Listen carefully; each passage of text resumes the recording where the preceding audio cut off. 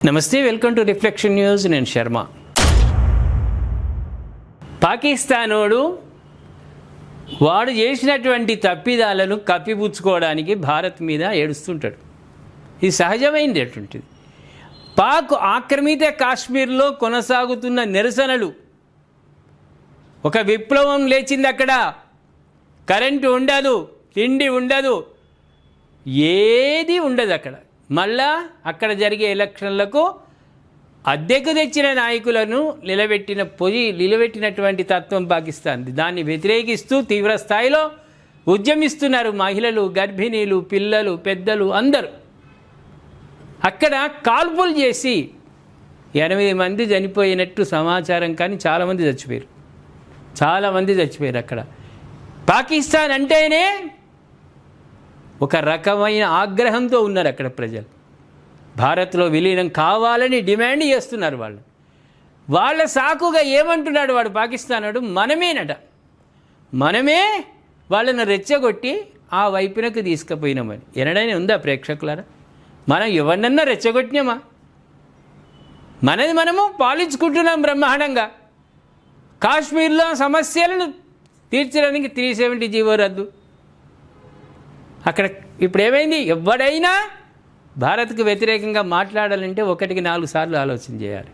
అంతకుముందు ఏమైంది? పాకిస్తాన్ జెండాలు పట్టుకొని జిందాబాద్ అని తిరగలే వాళ్ళని ఏమనలేదు, ఎవరేమనలేదు. వాళ్ళకే మద్దతు ఇచ్చినాయి ఖాన్ ప్రభుత్వాలు.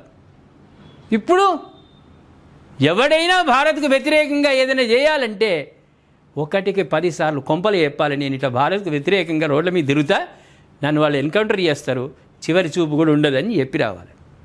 అంతటి కట్టుదిట్టమైనటువంటి స్వేచ్ఛాయుత రాజ్యాంగం అక్కడ జమ్మూ కాశ్మీర్లో నడుస్తున్నాయి. దానికంటే అక్కడ పీఓకేలో జరిగిన దానికి భారత్ కారణం. దీన్ని మనోళ్ళు ఏమి ఊరుకోరు, గట్టిగా ఖండించారు. ఏమన్నాడు? ఇటీవల పాక్ ఆక్రమిత కాశ్మీర్లో హింసాత్మక నిరసనలు చోటు చేసుకున్న సంగతి మనకు అందరికీ తెలిసిందే, ప్రపంచానికే.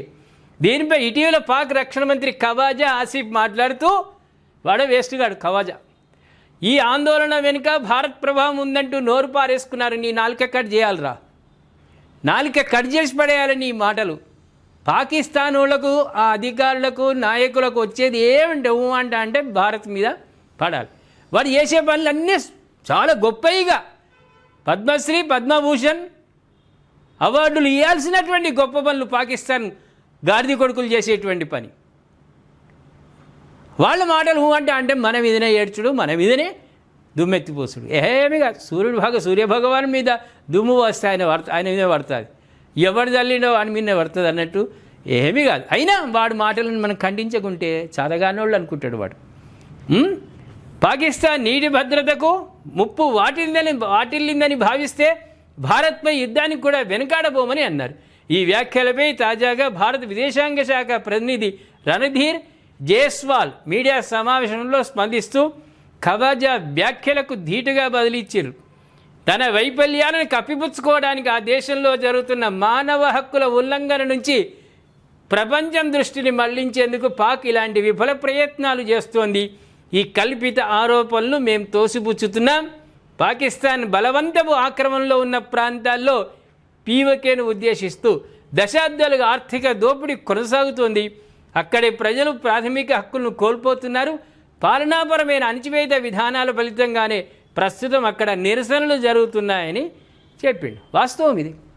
అక్కడ ప్రజలు నిరసన ఎందుకు చేస్తున్నారు? మాకు భారత్లో విలీనం కావాలని కోరుకుంటూ వాళ్ళకి అన్ని రకాలుగా ఇబ్బందులకు గురి చేస్తోంది పాకిస్తానే ఇబ్బందులకు గురైంది. తిండి లేదు, తిప్ప లేదు, పెట్రోల్ లేవు, పాలు లేవు, పిల్లలు తిన్నందుకు బ్రెడ్ లేదు. ఏదైనా కొనాలంటే బ్రెడ్ ప్యాకెటు 500, 600, 700. అటువంటి దరిద్ర దేశంలో ఉంటూ ప్రజలు ఎందుకు మంచిగా ఉంటారు? కాబట్టి పాక్ విలీనం కావాలి, పాక్కు పీఓకే భారత్లో విలీనం కావాలని వాళ్ళు నిరసన జ్వాలలు చేస్తుంటే అది మన మద్దతు. అరే ఇప్పుడు వీడు ఖవాజా అన్నాడు కదా యుద్ధానికి సిద్ధమని. అరే నిజంగా నీకు అల్లానే ఇచ్చిన మూతి మీద మీసమే అయితే, పెట్టుకున్న మీసం కాదురా, అల్లా నీ మూతి మీద నిజంగా మీసమే ఉంటే రా, ఒక అడుగు నువ్వు వెయ్యి. ఆ అడుగు ఎందుకు వేసినావు అని జీవితాంతం బాధపడాలి. ఒక్క అడుగు వేయరా యుద్ధం కోసం, ఒక్క అడుగు వెయ్యి. 15 నిమిషాలు చాలరా మా ఆర్మీ వాళ్లకు.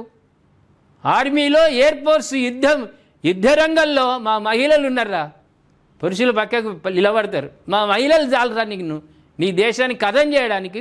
ఓన్లీ 15 మినిట్స్ 15 మినిట్స్ చాలు. ఉట్టిగా నోరు ఉంది కదా అని ముచ్చట పెట్టు మాటలు మాట్లాడు, భారత్ మీద నిందలేసుడే కానీ నిజాయితీగా వాళ్ళ మాటల్లో ఏమాత్రం నిజం లేదు. మళ్ళొక్కసారి ఇలాగే కూతలు కూస్తే మా భారతీయులు మీ నాలుకలు గుంజి ఇక్కడ చేస్తారు. ఇక అది మాత్రం తథ్యం. నిజంగా మళ్ళొక్కసారి చెప్తున్నా మా రిఫ్లెక్షన్ ప్రేక్షకుల తరఫున, యుద్ధం చేస్తానన్నావు కదా, నిజంగా నీవు యుద్ధం చేయాలనుకుంటే ముందడిగాయి. మీ అల్లా నీకు నిజమైన మీసం ఒకవేళ ఇస్తే నువ్వు రా, యుద్ధానికి రా. 15 నిమిషాల కథం చేస్తాం బిడ్డ. ఏమనుకుంటున్నావు? ప్రేక్షకులు ఏమంటారు? అంటే పాకిస్తానోడు మన మీద ఏడ్చుడు, వాళ్ళ యొక్క తప్పిదాలన్నింటినీ మన మీద నింపుడు, మనల్ని బదనాం చేయడానికి ప్రయత్నం చేస్తున్న పాకిస్తాన్ గురించి, యుద్ధానికి కాలు దూవుతున్న పాకిస్తాన్ గురించి దయచేసి కామెంట్ రూపంలో తెలియజేయండి. సబ్స్క్రైబ్ చేసుకోండి, షేర్ చేయండి.